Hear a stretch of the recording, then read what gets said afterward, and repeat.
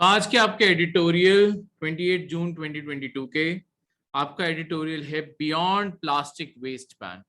देखो, आपके 1 जुलाई से इंडिया के अंदर सिंगल यूज प्लास्टिक बैन होने वाला है।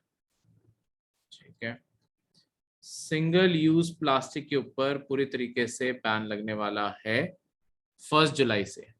तो इसके साथ जितने भी हमारे जैसे स्ट्रॉज होगी, ऐसे कोई भी प्लास्टिक जो हम सिंगल टाइम यूज करते हैं, प्लास्टिक प्लेट्स, स्पून्स, फोक, ये सब कुछ बैन हो जाएंगे। तो ये आपकी एक तो जो प्लास्टिक इंडस्ट्री है उसके लिए भी एक बहुत बड़ा झटका है, क्योंकि सडनली हम बैन कर रहे हैं। और मतलब सडनली नहीं बैन कर रहे, खैर पता तो 1 साल से था कि बैन होगा, पर अभी भी आपकी इंडस्ट्री रिक्वेस्ट कर रही थी अभी भी और टाइम दे दो, और टाइम दे दो। पर वही बात है, बहुत सारे और भी जैसे आपके जो छोटे छोटे जूस पैक्स बनाते हैं उनके साथ भी आपने देखा होगा प्लास्टिक पाइप्स जुड़ी होती हैं। इन सबको भी आपके जो प्लास्टिक पाइप्स हैं वो बैन करनी पड़ेगी, और इसके साथ पेपर पाइप्स या कोई और ऑल्टरनेटिव देना पड़ेगा जो डिकम्पोजेबल हो। ठीक है, सिंगल यूज प्लास्टिक्स के ऊपर बैन हो जाएगा। तो ऐसी इंडस्ट्रीज कह रही थी अभी हमें अडाप्ट करने का टाइम दो। इंडिया के अंदर इवन जो बाकी मटेरियल से बनने वाली पाइप हैं, इवन जो पेपर से पाइप्स बनती है ना, मतलब क्यों ये टाइम मांगा जा रहा है, जो हमारे जो पेपर से पाइप बनती है ना, इंडिया के अंदर उसका रॉ मटेरियल नहीं बनता अभी फिलहाल के लिए। तो उस रॉ मटेरियल को इंडिया में बनाने के लिए तो हमें सारा रॉ मटेरियल बाहर से मंगाना पड़ रहा है। तो वो रॉ मटेरियल इंडिया के अंदर बनाने के लिए या कोई और ऑल्टरनेटिव ढूंढने के लिए अब इंडस्ट्री टाइम मांग रही है, कि अभी तक हमें वो ऑल्टरनेटिव नहीं मिला। पर सरकार डिटरमाइंड है कि 1 जुलाई से बैन कर देना है। इसका मेन कारण ये है कि आपकी प्लास्टिक एक बहुत ही पल्यूटिंग सब्सटेंस है जो आपकी इन्वायरमेंट से आसानी से खत्म नहीं होता। देखो, ओरिजिनली प्लास्टिक को अगर आज से 15-20 साल पहले अगर प्लास्टिक की बात करते हैं ना, प्लास्टिक को, और उससे पहले 20-25-30 साल लगा लो, प्लास्टिक को बुरा नहीं, प्लास्टिक को बल्कि एक रेवोल्यूशन के तौर पे देखा जाता था। प्लास्टिक एक ऐसे प्रोडक्ट के तौर पे पेश किया गया था मार्केट में कि अब पेड़ काटने की जरूरत नहीं। तो लोगों के लिए ऑब्वियसली उस टाइम पे ये ज्यादा सबसे ज्यादा कॉन्शियस चीज जो दिख रही थी कि आपके जंगल पे जंगल कट रहे हैं आपके फर्नीचर बनाने के लिए और चीजें बनाने के लिए, उसकी जगह प्लास्टिक की कुर्सियां आ जाएंगी, ये सब कुछ आ जाएगा। तो आपको एक इको फ्रेंडली ऑप्शन के तौर पे इसे उस टाइम पे प्रमोट किया गया था कि अब आपको वुडन चेयर्स और पेपर बैग्स, जो पेपर भी तो अल्टीमेटली पल्प से ही बनता है पेड़ों की, ये सब कुछ लेने की जरूरत नहीं। प्लास्टिक्स ज्यादा टिकाऊ और ऐसी चीज है, पॉलिथीन बैग्स के आपकी इन्वायरमेंट, पेड़ बचे रहेंगे, सब बचा रहेगा। पर लॉन्ग टर्म में यही चीज आपकी प्रॉब्लम बन गई, जहां पे ये इन्वायरमेंट से जाने का नाम ही नहीं लेता। ठीक है, यही हमें अल्टीमेटली प्रॉब्लम आई है कि हमने ये चीज जब न्यूक्लियर पावर दुनिया भर में शुरू की थी ना, तब न्यूक्लियर पावर के लिए भी ये नहीं सोचा, और ना प्लास्टिक्स के लिए सोचा कि इसे अल्टीमेटली डिस्पोज कैसे करना है, फेंकना का है। न्यूक्लियर पावर प्लांट आपके अमेरिका जैसे देशों ने स्टार्टिंग में बना तो लिए, पर न्यूक्लियर वेस्ट को बिल्कुल स्टार्टिंग में ना समुंदर के अंदर ही फेंक देते थे। तो वहां पे सारी लाइफ जो समुद्र के अंदर थी, जहां वो फेंक रहे थे, वहां पे डिफॉर्मिटी सारे समुद्र के अंदर आने लगी। तो उसके बाद जाके रियलाइजेशन हुई, और अब अंडरग्राउंड चेम्बर्स बनाए जाते हैं, जो जितना आपका न्यूक्लियर वेस्ट निकलता है न्यूक्लियर पावर प्लांट से, उन्हें वहां स्टोर करके रखा जाता है। इसके लिए भी सेम एक ऐसा, क्योंकि प्लास्टिक ऐसी चीज है जो वापस ब्लेंड करता ही नहीं है नेचर में, वो अपनी फॉर्म में ही हजारों सालों तक भी एग्जिस्ट कर सकता है। तो इसके कारण ये ओवर द टाइम लगातार रोज हम प्लास्टिक यूज करते हैं, ये पाइल अप होता ही जा रहा है, होता ही जा रहा है, और ये बढ़ता ही जा रहा है अपने आप में। ठीक है, इसके कारण आपके ओशंस भी चोकअप हो रहे हैं, क्योंकि ओशंस के अंदर आपकी बढ़ता जा रहा है माइक्रो प्लास्टिक्स के कारण, मरीन लाइफ आपकी बढ़ती जा रही है, उनके शरीर के अंदर माइक्रो प्लास्टिक जा रहा है।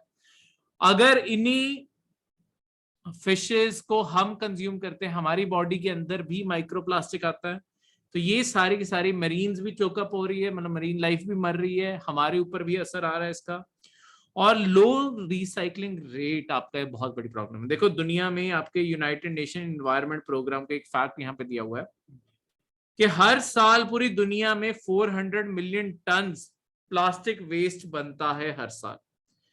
ठीक है, इसमें से सिर्फ 12% जलाया जाता है। जलाना भी कोई सोल्यूशन नहीं है, पर स्टिल चलो, जलाया गया, खत्म हो गया दुनिया से, तो एक बारी एटमॉस्फेरिक पोल्यूशन बन गया, पर लैंड और ओशन पोल्यूशन नहीं बना। और सिर्फ 9% आपका रिसाइकल हुआ है। तो दोनों को जोड़ भी दोगे तब भी दुनिया में सिर्फ 21% आपका प्लास्टिक वेस्ट रिसाइकल और बर्न हो रहा है।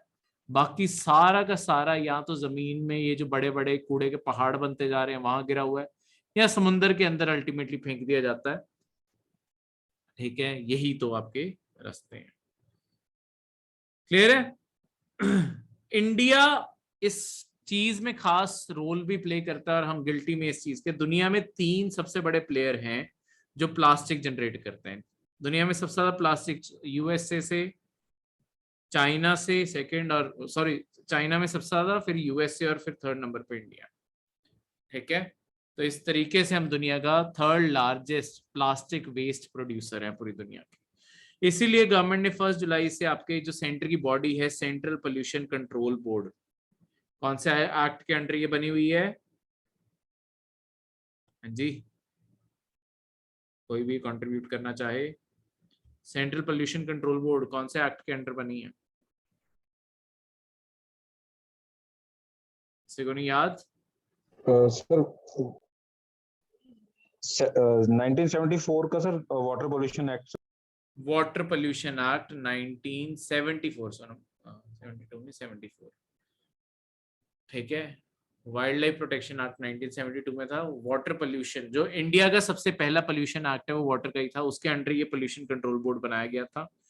इसने ही, ये देखो बाकी चीजों के लिए भी मैंने आपको बताया था, इन्वायरमेंट के लेक्चर में हमने पढ़ा है कि आपके बाकी चीजों के ऊपर भी बैन लगाता जा रहा है, जैसे कि आपके manufacturing, import, stocking, distribution, sale of single use items, ऐसी सारी चीजों के ऊपर बैन लगता जा रहा है। ठीक है, ये सारी चीजों के ऊपर बैन है 1 जुलाई से। तो ना कोई बना सकता है, ना मंगा सकता है, ना स्टॉक करके रख सकता है, डिस्ट्रीब्यूट नहीं कर सकता है, सिंगल यूज प्लास्टिक अलाउड नहीं है। ठीक है, बस अब पूरी तरीके, किसी के पास अगर इनका स्टॉक पड़ा भी है वो मार्केट में किसी को दे ही नहीं सकता। सपोज आप सिनेमा जाते हो, वहां आपको वो प्लास्टिक स्ट्रॉज इसके बाद वो दे नहीं पाएंगे। ठीक है, क्लियर है? तो इस तरीके से, कोई भी डाउट? इससे आगे बढ़ते हुए हमारे चैलेंजेस देखो, हम बैन तो लगा रहे हैं पर हमारे यहाँ चैलेंजेस क्या है? सबसे पहले तो इनफॉर्मल इकोनॉमी।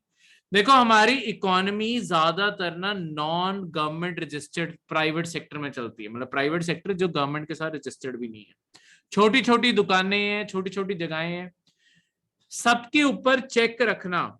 हमारे कंप्लायंस ही सबसे बड़ी प्रॉब्लम बनती है कि क्या लोग रूल मानेंगे? इतनी बड़ी पॉपुलेशन में छोटी छोटी दुकानें, छोटे छोटे बिजनेस, क्या हर कोई इस रूल को मानेगा या नहीं मानेगा? इसे चेक करना ही बहुत मुश्किल है।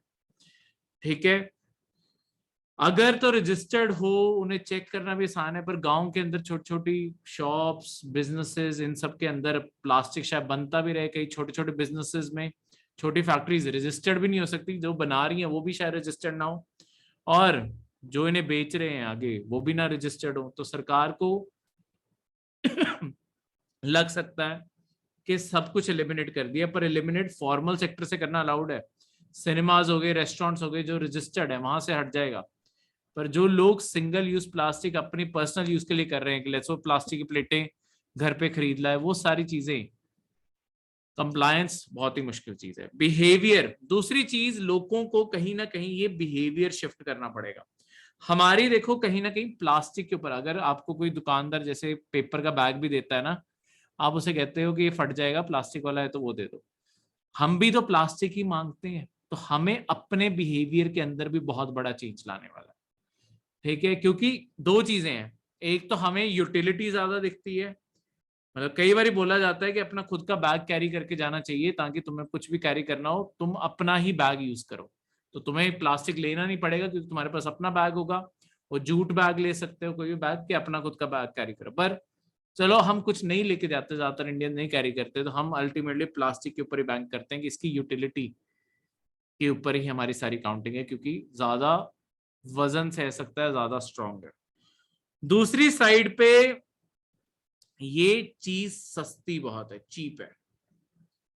ठीक है, इसके चीप होने के कारण यही प्रॉब्लम आती है कि ये आपके सस्ते में बनता है और बाकी सारी चीजें इसके कंपैरिजन में महंगी लगती हैं, जो भी ऑल्टरनेटिव्स हैं। इस कारण भी कंपनी और लोग शिफ्ट नहीं करना चाहते इसमें, तो ये अपना बिहेवियर ही हमें चेंज करना पड़ेगा।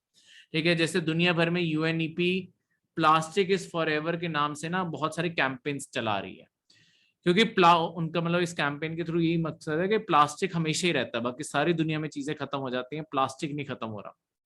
तो इस कारण हमें प्लास्टिक को, तो लोगों को जागरूक हो, सब कुछ हो, पर जिन्हें ऑलरेडी नॉलेज है जैसे तुम्हें और मुझे, पर हम तब भी प्लास्टिक को छोड़ना मुश्किल समझते हैं, क्योंकि हम कहीं ना कहीं इसी चीज के ऊपर डिपेंडेंट है। ठीक है, तो इसका कंक्लूजन भी इसी के साथ कि बिना कोई सब्स्टिट्यूट आए प्लास्टिक पूरा फेज आउट करना बहुत मुश्किल होगा। अभी तो चलो सिंगल यूज से शुरुआत की है, पर लॉन्ग टर्म विजन अभी से बनानी पड़ेगी किस तरीके से प्लास्टिक खत्म किए जाए। ठीक है, तो जो भी स्टफ चीप और यूजफुल होता है उसे, उसके साथ एडिक्शन होती है, मार्केट बिहेवियर है कि लोग उसे ज्यादा खरीदते ही खरीदते हैं। पर प्रॉब्लम ये है कि अगर वो सस्ता है और वो नुकसान कर रहा है, तो लोग अपने लॉन्ग टर्म बेनिफिट नहीं सोच रहे, शॉर्ट टर्म मॉनेटरी बेनिफिट सोच रहे। ठीक है, तो इस तरीके से, तो ये सारी की सारी चीज इस तरीके से ये सारा कंक्लूजन लिखी गई है। कोई भी डाउट? ये था आपका एडिट हो गया।